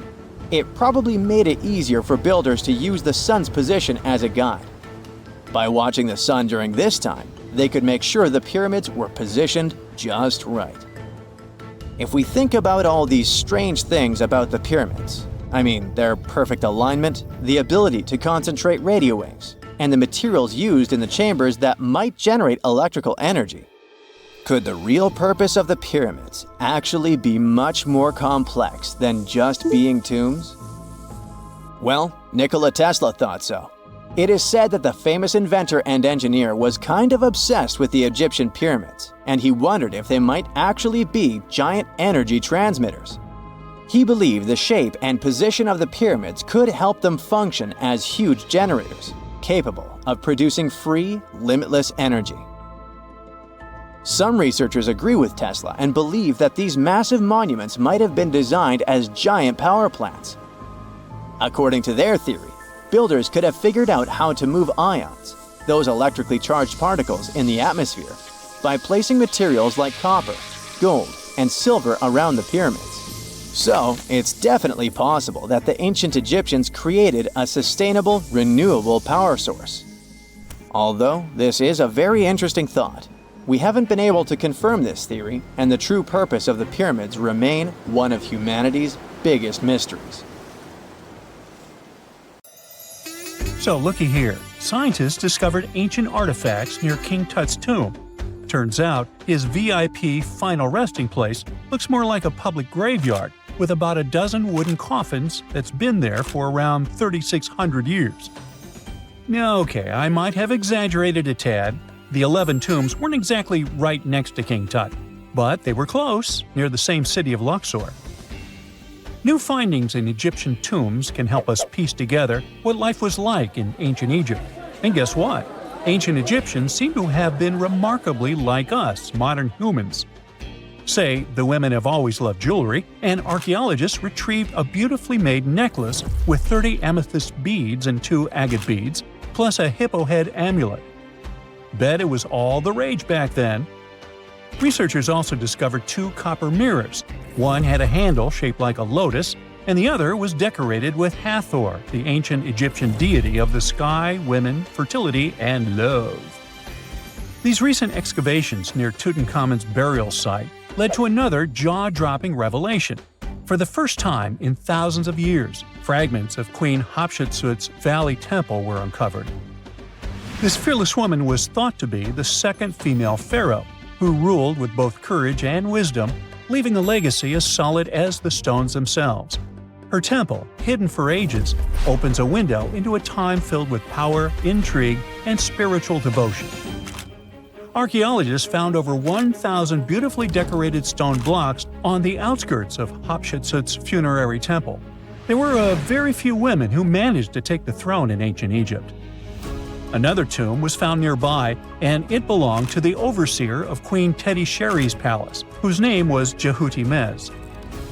Queen Hatshepsut seems to have even more tombs, aces up her sleeve. These tombs were carved into the rock instead of being built as pyramids. showing a unique ancient perspective on how to protect the soul in the afterlife. Experts managed to retrieve some cool ancient pieces from the site. Toys made of clay, mummy masks, winged scarabs, and some amulets.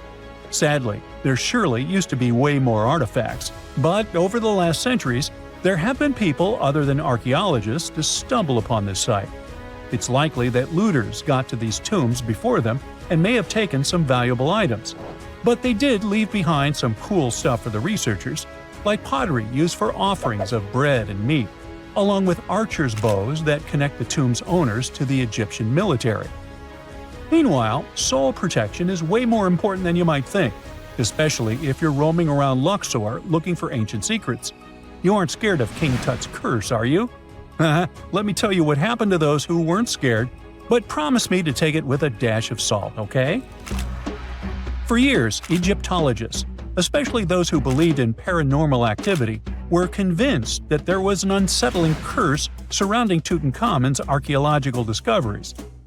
This belief stemmed from the mysterious and untimely demise of several excavators who discovered the tomb in 1922 with no logical explanation for why they passed away. It was just easier to chalk it up to something supernatural and avoid the whole mess.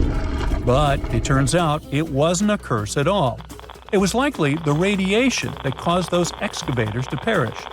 Now, you might wonder where the radiation came from. After all, while radioactivity was discovered in the 19th century, ancient Egyptians, despite their impressive pyramids, didn't have any radium lying around to make Tut's tomb glow like crazy. So, what could be the real story? It might have been toxic waste behind it all. Toxic levels of radiation from uranium and hazardous waste have been lurking inside the tomb since it was sealed over 3,000 years ago. The burial chamber of Tutankhamun's tomb reportedly has such high radiation levels that anyone who steps inside could easily end up with a fatal dose of radiation sickness or an incurable condition. By the way, you can have a somewhat similar level of radioactivity if you don't get rid of those moldy dinner leftovers you left to perish in your fridge a month ago. But this radioactivity isn't exclusive to Tutankhamun's tomb.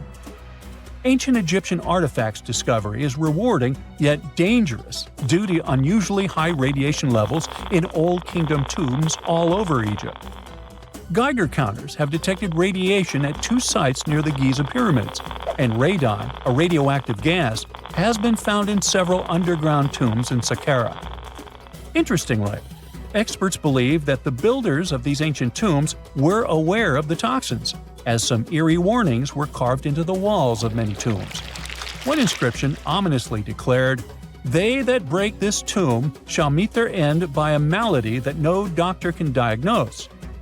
Other ominous phrases like "forbidden," "due to evil spirits," only added to the fear that supernatural curses haunted these ancient sites.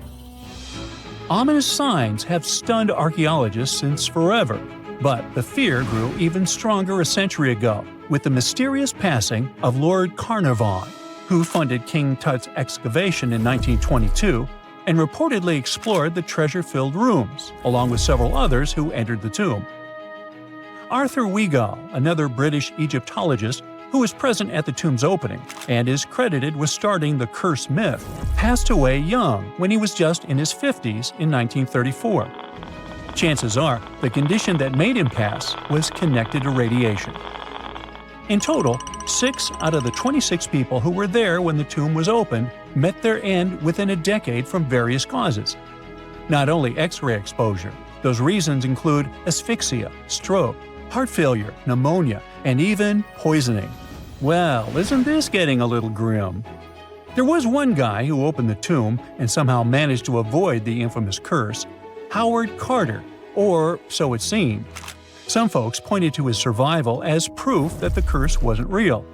After digging up the tomb, Carter published several books on the topic and shifted gears from archaeology to dealing in antiquities for various museums.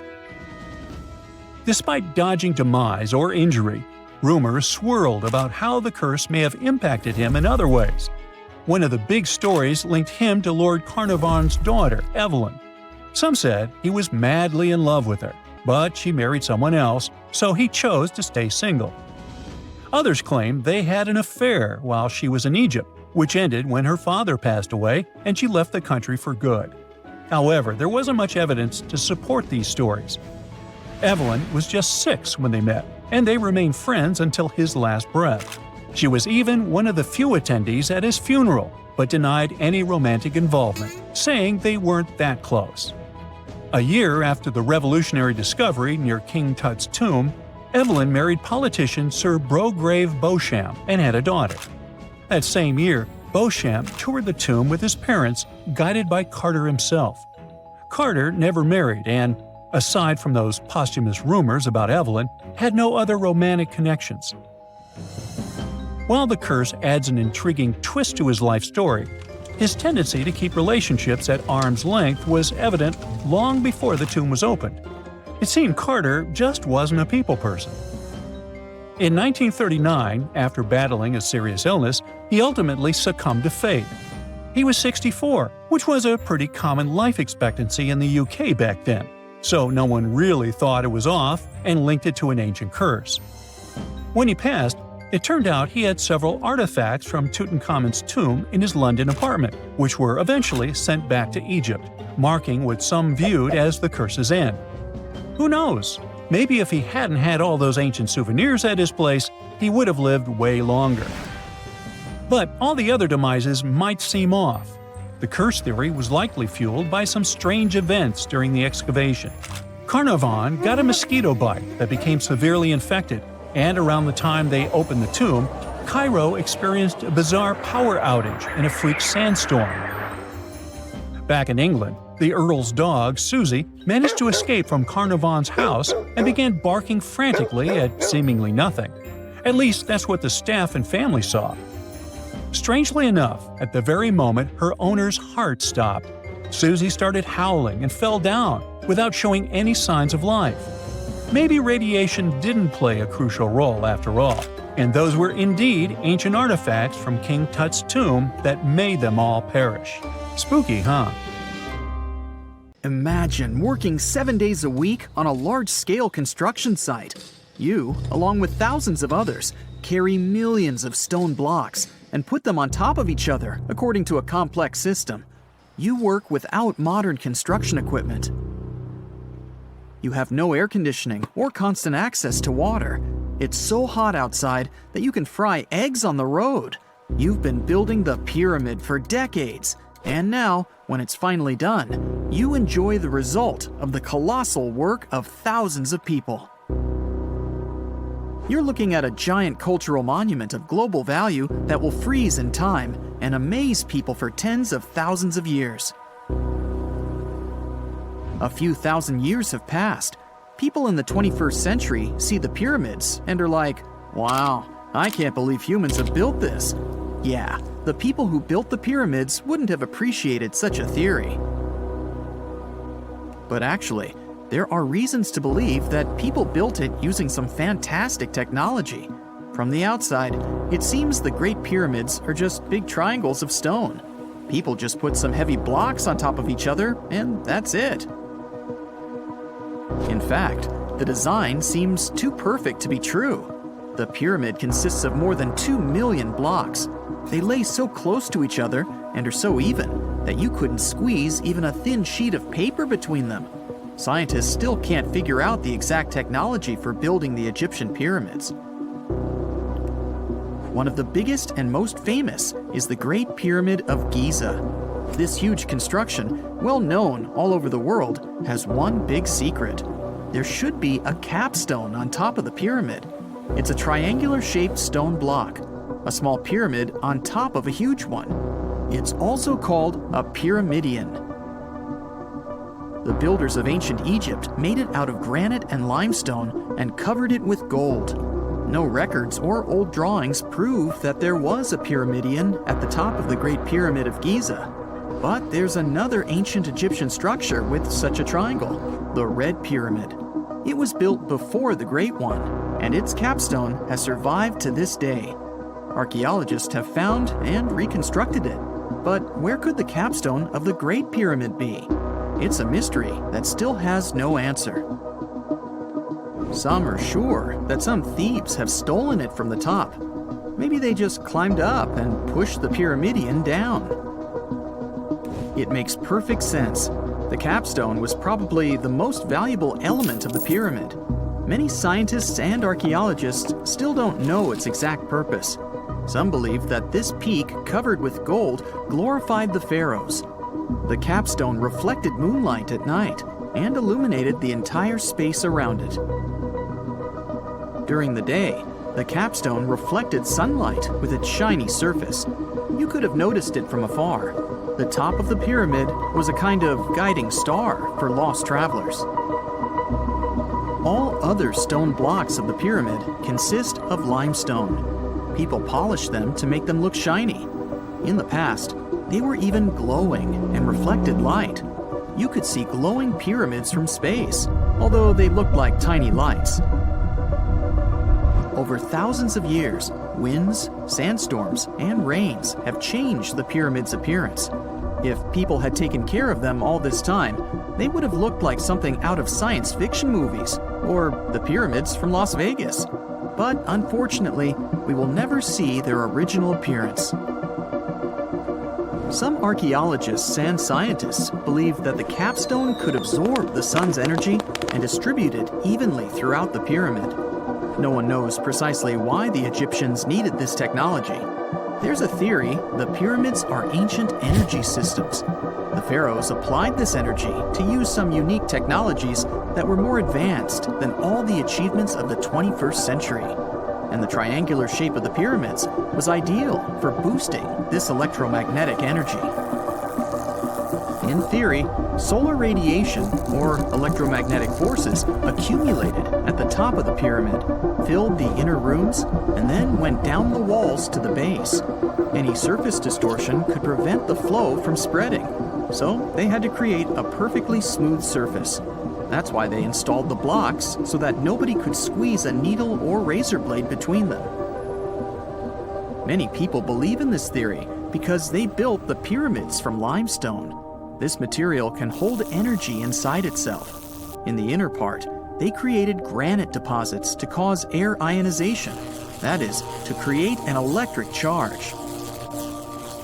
They also dug channels under the pyramid for water to transmit electricity. And at the top, they put a gold capstone, the best conductor of electricity. So, this is how you get a great power generator. Different cultures used similar technologies to create electricity all over the world. But these are all theories. If it had been working, humanity would have used these technologies today. There are mentions of the metal industry, chemistry, engineering, physics, mathematics, and astronomy in some ancient records. Most scientists don't believe in all these things. We know the detailed stages of the technology's development in different cultures. In the 21st century, scientists, historians, and anthropologists can track the evolution of all modern devices. If people had created some technological inventions in ancient times, the history of the world would have looked different. Perhaps all the achievements of antiquity could have been wiped off the face of the earth by global cataclysms, and it can happen to us. Just imagine how people would dig up a laptop in 5,000 years. Perhaps they wouldn't understand what kind of device it is. Another Egyptian wonder surrounded by mystery is the statue of the Sphinx. The Egyptians carved it out of a single massive piece of limestone about 4.5 thousand years ago. But scientists still don't know the exact date of its construction or who built it. People painted the Sphinx in different colors, so it looked much brighter and more vivid in the distant past. It was shining just like the Great Pyramids. Anyway, time hasn't only changed its appearance, but its name too. Initially, the Egyptians called it Horemheb. The Greeks renamed it the Sphinx about a few hundred years after it had been built. The Sphinx emphasized the greatness of the rulers of Egypt. It also performed a symbolic function of a watchdog guarding the tomb of the pharaoh and the paths leading to it. This version sounds realistic, since archaeologists have discovered many secret entrances at the foot of the Sphinx. Perhaps these rooms and intricate tunnels lead to underground halls with treasures. And treasures don't always mean gold and jewelry. According to legends and theories, the Sphinx guards the Hall of Records, the storage of all humankind's knowledge. The information about the ancient mythical state of Atlantis could be there.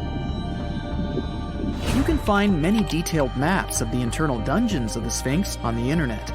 They show structures 12 stories deep under the statue. It looks like a small city filled with gold, scrolls of knowledge, and various ancient artifacts. But don't believe all these maps. These are just theories. Several thousand years have passed, but people have very little information about it. Archaeologists know that there are still many strange and exciting things about the Sphinx that are still undiscovered. Some locals are afraid to research because they believe they can awaken something terrible from the underground depths. Therefore, it's mostly scientists from other countries who conduct the excavations. In 1998, scientists discovered strange tunnels leading to empty rooms under the Sphinx. They realized that some people tried to get there through tunnels in the past, and maybe those people took all the treasures that were there. One of the legends says that some powerful artifact lays beneath the Sphinx. Its technology can change the whole world, but the locals are hiding it because it can damage the planet. Some believe that you can find evidence of unknown technologies painted on the granite walls in the pharaoh's tombs. But most likely, these paintings and signs tell us the myths and legends of ancient Egypt. But what if Egyptian symbols and drawings are detailed instructions for using ancient technologies? What if the locals that lived at that time thought, people in the future won't be able to get energy themselves. Let's leave some detailed instructions for them. Anyway, there are many riddles and theories. In reality, the search for answers is a dangerous undertaking, since it's not easy to get into the underground halls. Excavations can ruin the structure of the entire Sphinx. Any person inside the tunnels may get lost and never be able to find their way back. Besides, it costs a lot of money. Now, what would be awesome is if people could invent some device that could scan underground areas and show their detailed models.